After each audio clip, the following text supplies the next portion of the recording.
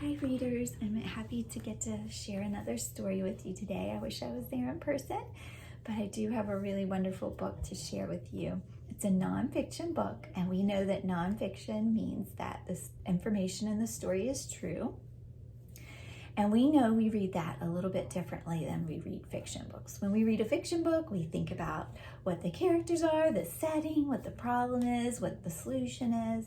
And when we read nonfiction books, we think about what can we learn from the story? What can we learn from the story? So I want to show you something that you can do as a reader when you read nonfiction books to help you. So I want you, when you're reading with me today, we're going to work on this together, is to be interested and curious about what you're reading. And what that means is when you read with interest and curiosity, you're more likely to remember what you read. And if you're more likely to remember it, then you're more likely to learn things, right? So we're going to practice that. And while we practice that, we're going to be doing that by stopping at certain parts and thinking, wow, that was interesting. Wow, that was something I wasn't expecting. And stopping and just saying, wow, why did that happen? What's going to happen with, in this case, Wilma next? So we're going to just be stopping and thinking about, wow, that was interesting. Wow, that was impressive, to keep us interested and curious about what we're reading. And so we'll remember more. As we're reading too, we're going to be on the lookout for two juicy words. One of them is the word accustomed. Accustomed means that you think of something as normal and usual to you.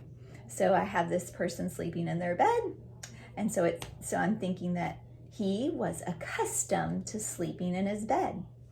And I think about this funny story of this friend who likes to brush her teeth with hot water.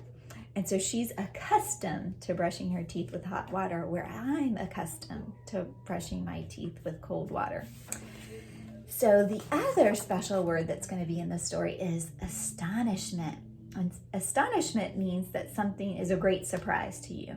So the girl might look at the runner and astonishment. She is surprised about what an amazing runner she is. And in this case, Wilma Rudolph. So remember, today we're going to be reading with interest and curiosity, because that's going to help us learn more as we're reading. So this book stretches long, so I'm going to try to read it the best way I can so that you can see the pictures. But again, the title is called Wilma Unlimited, written by Kathleen Krull, illustrated by David Diaz. Wilma Unlimited. There's the title page, and then the dedication, and now the story. So I'm going to hopefully get a good angle for you. All right, I think that's pretty good. No one expected such a tiny girl to have a first birthday. In Clarksville, Tennessee in 1940, a baby who weighed just over 4 pounds at birth was sure to be limited. That means not able to do too much. But most babies didn't have 19 older brothers and sisters to watch over them. Most babies didn't have a mother who knew home remedies and a father who worked several jobs. Most babies weren't Wilma Rudolph.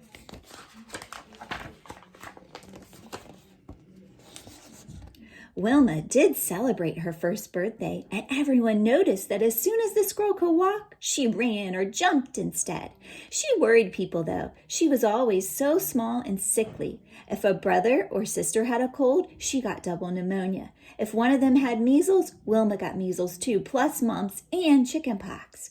Her mother always nursed her at home. Doctors were a luxury for the Rudolph family, and anyway, only one doctor in Clarksville would treat Black people.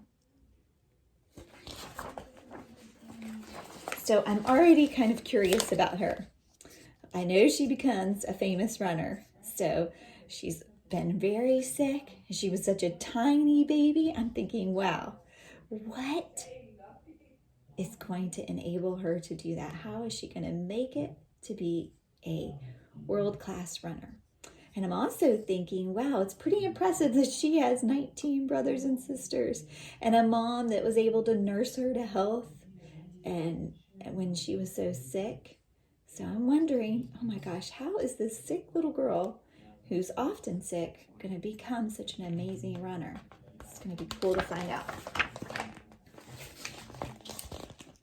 Just before Wilma turned 5, she got sicker than ever. Her sisters and brothers all heaped the family's blankets on her, trying to keep her warm.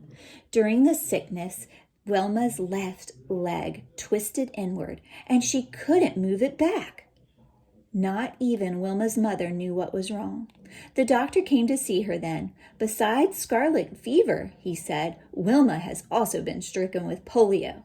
In those days, most children who got polio either died or were permanently crippled. There was no cure. The news spread around Clarksville. Wilma, the lively little girl, would never walk again. Oh my gosh. Are you curious? I'm pretty curious about how she's going to become a world-class runner. But Wilma kept moving in any way she could. By hopping one foot to the other, she would get herself around the house, to the outhouse, to the backyard, and even on Sundays to church. Wilma's mother urged her on. Mrs. Rudolph had plenty to do, cooking, cleaning, sewing patterned 4 sacks into clothes for her children. Not 20, now 22 in all. Yet twice every week, she and Wilma took the bus to the nearest hospital that would treat Black patients, some 50 miles away in Nashville. They rode together in the back, the only place Blacks were allowed to sit. Doctors and nurses at the hospital helped Wilma do exercises to make her paralyzed legs stronger. Wilma practiced them constantly, even when it hurt.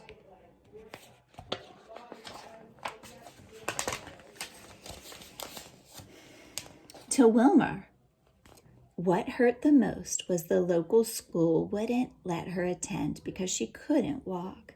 Tearful and lonely, she watched her brothers and sisters run off to school each day, leaving her behind. Finally, tired of crying all the time, she decided she had to fight back somehow. While Wilma worked so hard at her exercises that the doctors decided she was ready for a heavy steel brace. With a brace supporting her leg, she didn't have to hop anymore. School was possible at last, but it wasn't a happy place that she imagined. Her classmates made fun of her brace. During playground games, she could only sit on the sidelines, twitching with impatience. She studied the other kids for hours, memorizing moves, watching the ball zoom through the rim and off the bushel basket they used as a hoop. Wilma fought the sadness by doing more leg exercises. Her family always cheered her on, and Wilma did everything she could to keep them from worrying about her. At times, her leg really did seem to get stronger. Other times, it just hurt. Wow, I'm really curious about how she's going to get to be an Olympic runner. Let's see. On one Sunday, on her way to church, Wilma was especially good. She and her family had always found strength in her faith, and church was Wilma's favorite place in the whole world. Everyone she knew would be there, talking, laughing, praying, and singing. It would be just the place to try the bravest thing she had ever done. She hung back. People filled the old building. Standing alone, the sound of hymns coloring the air, she unbuckled her heavy brace and set it by the church's front door. Taking a deep breath, she moved one foot in front of the other, her knees trembling violently. She took her mind off her knees and concentrating on taking another breath and then another.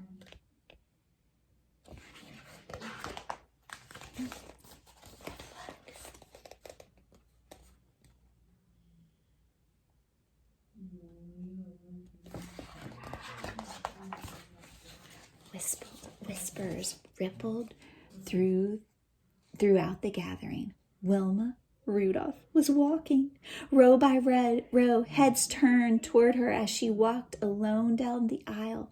Her large family and friends, everyone from school, each person stared wide-eyed. The singing never stopped. It seemed to burst right through the walls and into the trees. Finally, Wilma reached a seat at the front and began singing to her smile triumphantly. Wow, I'm impressed. Are you impressed? I'm thinking about all that she has overcome. She had a leg that was paralyzed, and she worked so hard to get it strong, and now she's walking. I'm really curious to find out how she's going to become an Olympic runner now.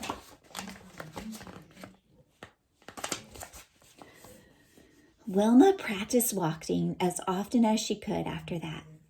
When she was 12 years old, she was able to take off the brace for good. She and her mother realized she could get along without it. So one memorable day, they wrapped the hated brace in a box and mailed it back to the hospital. As soon as Wilma sent that box away, she knew her life was beginning all over again. Are you curious about anything? What are you thinking about? Wow. Are you impressed? What are you curious about?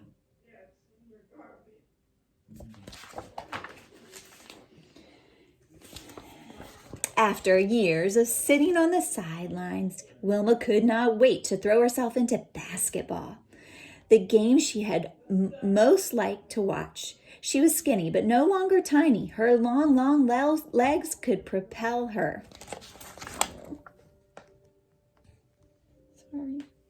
Her long legs could propel her across the court and through the air. And she knew all the rules and all the moves. In high school, she led her basketball team to a great victory after another. Eventually, she took the team all the way to the Tennessee State Championships. There, to everyone's astonishment, her team lost. Oh.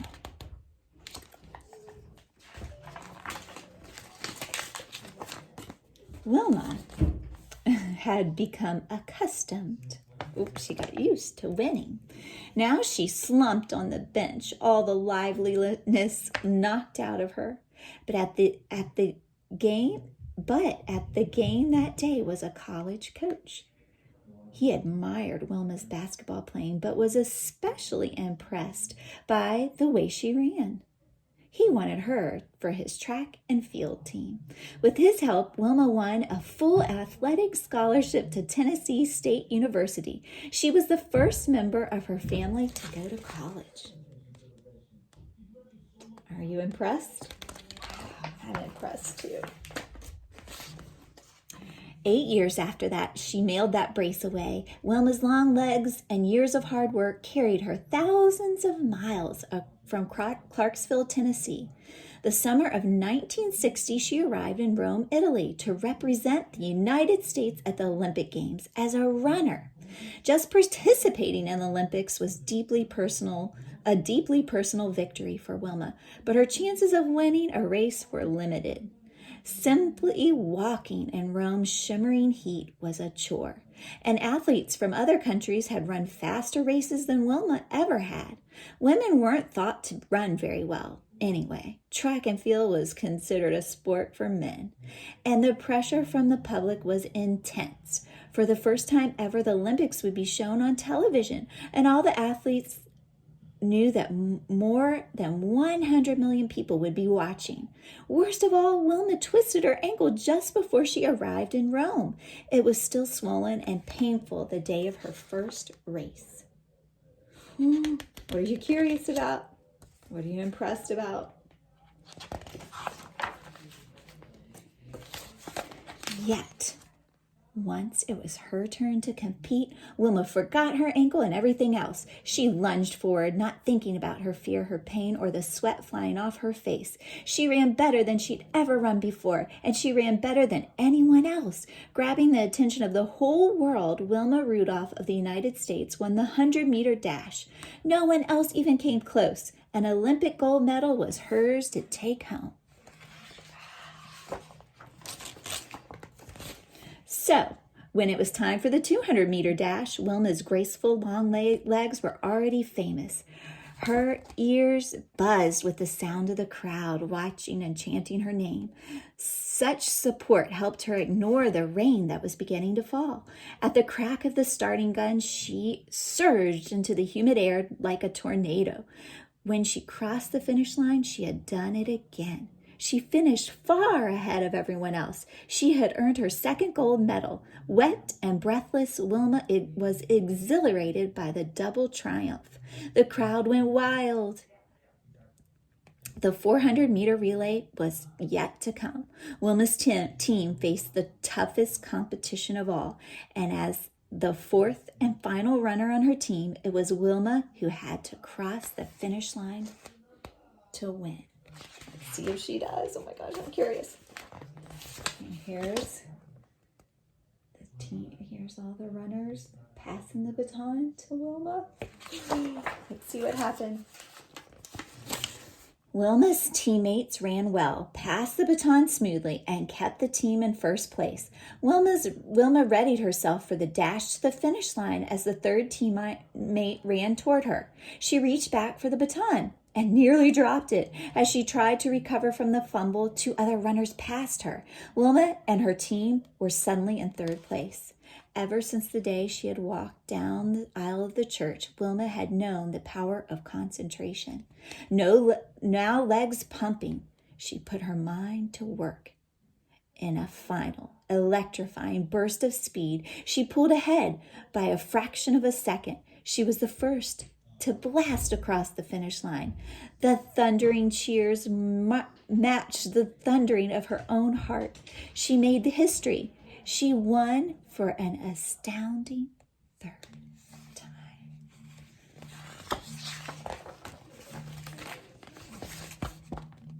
At the third ceremony that week, the band played the Star-Spangled Banner. Wilma stood tall and still like a queen, the last of her Olympic gold medals hanging around her neck. Wilma, once known for the sickliest child in Clarksville, had now become the fastest woman in the world. The end. So good, right? So at the end, I was really impressed with how she won 3 gold medals. And I couldn't believe even at the end when they were losing and she was able to burst forward and still win. What were you thinking about at the end? Were you like, wow? Were you interested? Were you impressed? Great job. Well, remember, when you're reading books that are nonfiction, you should be interested and curious. Stop a few pages in, tell yourself some things you're curious about, things you're impressed or interested in, and that will help you remember the story that you're reading better and help you learn more. So give it a try. Thanks for reading with me.